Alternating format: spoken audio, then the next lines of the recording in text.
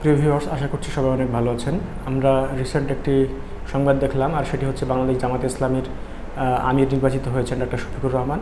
এ নিয়ে সম্ভবত আমি যদি ভুল না করে থাকি তাহলে টানা তৃতীয়বারের মতো তিনি নির্বাচিত হলেন। তো প্রিয় ভিউয়ার্স, আসলে বাংলাদেশ জামাতে ইসলামী দলটি অনেক ভালো করছে বর্তমানে। জানি না তারা ভবিষ্যতে আসলে জনগণের জন্য কীরকম কল্যাণ বয়ে আনবে বা হচ্ছে বাংলাদেশের রাজনীতিতে তারা কীরকম ভূমিকা রাখবে। তবে এখন পর্যন্ত তাদের কার্যক্রম অন্য দলগুলোর চাইতে মোটামুটি ভালোই মনে হচ্ছে, এবং তারা যে পজিটিভ ইমেজ তৈরি করছেন জনগণের কাছে, হয়তোবা এর ফলাফল আমরা জাতীয় নির্বাচনেও দেখতে পাবো। তো ডক্টর শফিকুর রহমানকে অগ্রিম তো না, যেহেতু তিনি নির্বাচিত হয়ে গেছেন, তাকে অভিনন্দন জানাই। আর তার দল ভালোভাবে বাংলাদেশের জন্য কাজ করুক।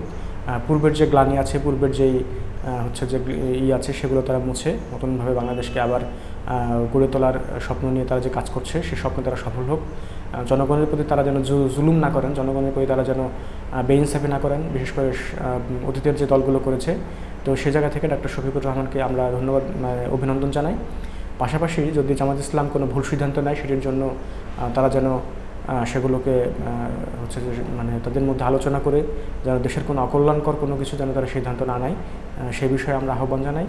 পাশাপাশি দলের যেই শৃঙ্খলা, দলের যেই হচ্ছে যে নিয়মানুবর্তিতা, বিশেষ করে নিয়মানুবর্তিতা বলছি যে তারা এমনিতে সুশৃঙ্খল দল, কিন্তু বাংলাদেশের প্রেক্ষাপটে তারা যেন আরও ভালো করতে পারেন, সেই জায়গা থেকে তাদের জন্য শুভকামনা থাকবে।